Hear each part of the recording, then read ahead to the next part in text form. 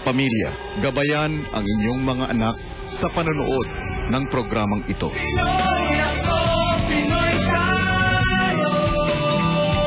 Hello Philippines and hello world! 8 araw na lang at magkikita-kita na tayo sa Araneta Coliseum para sa inaabangan at ingranding big night ng Pinoy Big Brother Season 2. Pero bago ang big event na ito, isa pang bonggang kaganapan ang mangyayari sa bahay ni Kuya bukas. Ito po ang first ever na kasalan sa loob ng bahay sa pagitan ni LV at Jason na napili ng ating mga housemates. At para magkaroon ng perfect reception sina LV at Jason, kailangan munang subukin ang mga housemates. At kung papaano, narito panoorin nyo.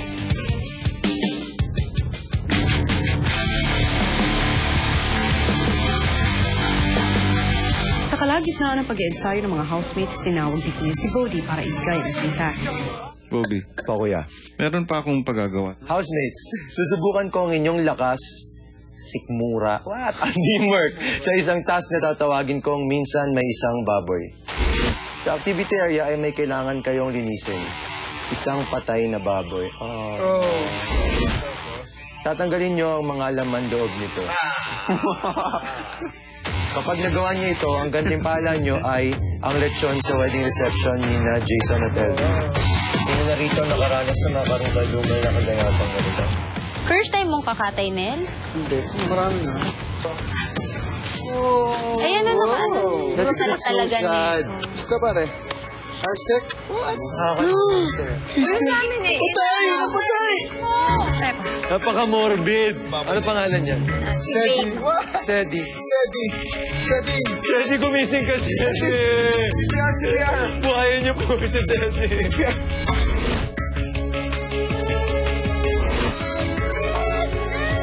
Wait. Pinoy ka. Pinoy ka. Roots, ano?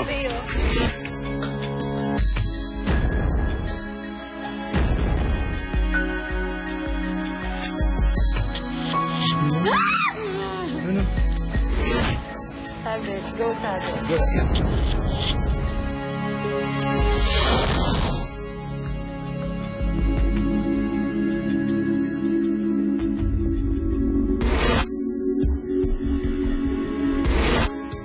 Housemates, dahil matagumpay kayo sa inyong task, ngayon ay sigurado nang magkakalitsyon sa kasal ni LV at Jason.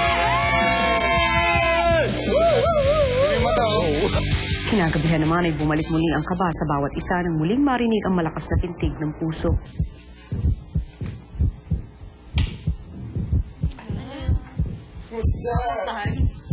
Ano naman mga kaguluhan to?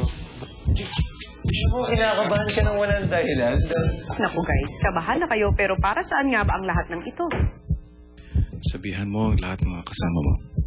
Nakunin nyo na ang mga maleta ninyo sa storage room. Opo, Kuya. Pag nakuha nyo na yung maleta nyo, lahat ng lalaki pumasok sa confession room. Ito na nga ba sinasabi ko? Kuna daw mga maleta sa storage room. Dapat mataas na tayo mag-impake bukas na umaga. What? Oo. Oo. Yung maleta sa storage room. Pero, I had fun with you guys. Huwag naman, wala pa yan. Pinagimpake na nga ni Kuya ang lahat para maghanda na sa kanilang pag-alis sa kanyang bahay. Pero para sa isa, mauunahan niya ang iba pang mga kasama sa paglabas. Kung bakit at kung ano ang kanyang magiging misyon, narito panoorin ng lahat. Habang nag-iimpake ang mga babae, ang mga lalaki naman ay kinausap ni Kuya. Gentlemen, yes, po. may isang matinding task. Isang hamon na dapat gawin para sa inyong weekly task. Pero isa lamang ang maaaring gumawa nito. Matindi ang pwedeng kalabasan nito. Kung sino man ang gagawa ng task nito ay maaaring malaglag sa labanan nito.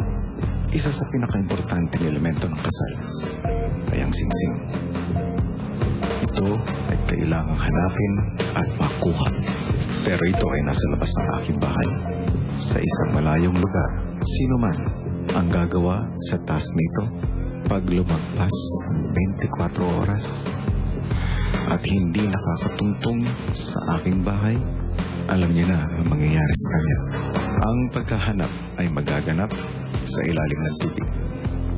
Sino sa inyong apat ang handang sa hamon na ito? Ano kaya ninyo at hindi? Honestly. No, we want to take it because yun yung challenge. I want to, parang take it as a chance to prove myself. Yun nga, Honestly, think yun nga, about honestly, that. Yeah. di ba, yung, alam mo yung capabilities sa paglangoy, hindi ako magaling masyado sumisid. Pero kung sisisid ka man, hindi rin natin alam kung may ano, di ba? Yun nga, I think I would be able to do it. Because of my ability. Ano, gusto nyo i-consult sa ano. We can ask the girls. Yeah. Here, there's a just. Tara. Kasi so that means they have another instead of saying. May opinion dun sa... So, kunyari, wala tayong alam. But they have another So, siguro lumangoy na lang kayo. Lumangoy na lang. Narinig namin yun. Sabi ko, ano bang purpose na makaartehan yung ayaw pang sabihin? May nahanap ko yung Sing-Sing underwater sa isang isla. Kami is willing, lahat willing na ano, na gawin yun. And yung parang kinoconsider niya is, yung Mickey sinabi sa amin, yung kakayahan ng isang tao. So hanggang ngayon, hindi pa kami nakakapag-decide. No. 3. Ako. Ako ayoko si Bruce. Bakit? Wala, ayoko. Pero kung gusto mo, di, bahala. Bakit? Yeah, bakit?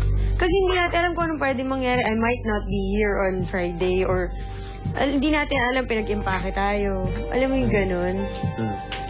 Wala akong kasama dito ni Manis. Okay. Isip ko. Talaga? Oo. Maya-maya ay pinagpatuloy ng Ninang Boys ang discussion sa garden area. We vote. Sa tingin ninyo, who do you think would it bring the most? But you can do it for yourself. Tingnan lang natin. Kahit na naman umalis ito sa samahan kanina. Basta lang, hindi ko lang maano yung desisyon na naging. Parang hindi mo na nagko-consult. Parang Naiintindihan ko yun. biglang decide for, yan na naman siya sa ganyan niya. Ni wala, kaya ako na rin sa kanyang kinoconsider niya yung ganun. Siya lang siya. Go. Why should not you go? I mean, personally, why should you stay? Oh, siguro the only reason na magstay ako dito sa bahay is yung to give Wendy company, you know. Kasi I know she's been to... Personal reason. sa kanya, dito lang, dito. Kasi, di ba ako, alam mo naman kung ano yung nakukuha niya sa akin strength and ako yung sinasandalan niya talaga. So, ba talaga mag-decide na hindi mo wala ako kakausapin or Wens. i-consult? Hindi, tinatanong lang kita. Kasi tinanong kita, sabi mo, may decision muna kami bago namin sabihin sa inyo. Wens, yun yung So, paano kung decide kayo na ikaw, tapos sasabihin siya mo sasabihin sa akin? Listen. Ang tinatanong ni Mickey ngayon is kung bakit ako mag-stay. Ang binigay kong dahilan is ikaw. Okay? Hindi ka kasi nagtatanong sa akin eh. Alam mo yung siniki pa yung narinig ko mag-decide na magtanong sa girls. Tinatanong ni Mickey ngayon, why should I stay? Is ikaw ang dahilan ko, okay? It is not a question kung sino ka sa boy kasi alam ko na sobrang ka-importante sa akin and wag mo isipin na hindi ko kinoconsider na ikaw. Bakit hindi mo yan sinabi nung pagpasok sa room? Wens.